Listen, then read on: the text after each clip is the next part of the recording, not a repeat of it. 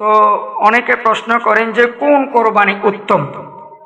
আসলে শরিকদারি কোরবানির চেয়ে একাকী কোরবানি করা উত্তম। শরিকদারি কোরবানির মধ্যে কিছু ভেজাল থাকতে পারে, আপনার সাথে যিনি কোরবানি দিচ্ছেন তার টাকা হালাল নাও হতে পারে, দুর্নীতির টাকা বা সুদের ঘুষের টাকা, চুরি ডাকাতির টাকা দিয়ে আপনার সাথে কোরবানি করতেছে। এগুলো খুব খেয়াল করতে হবে। শরিকদার নির্বাচন করতে খুব সাবধান।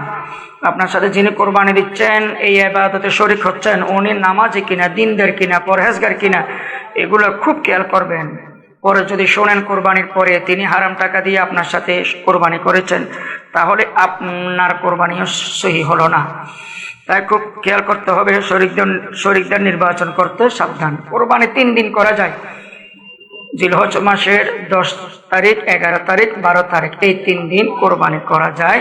এই 3 দিন রোজা রাখা যাবে না। বছরে 5 দিন রোজা রাখা যায় না, ঈদের 2 দিন আর কোরবানির ঈদের পরের 3 দিন।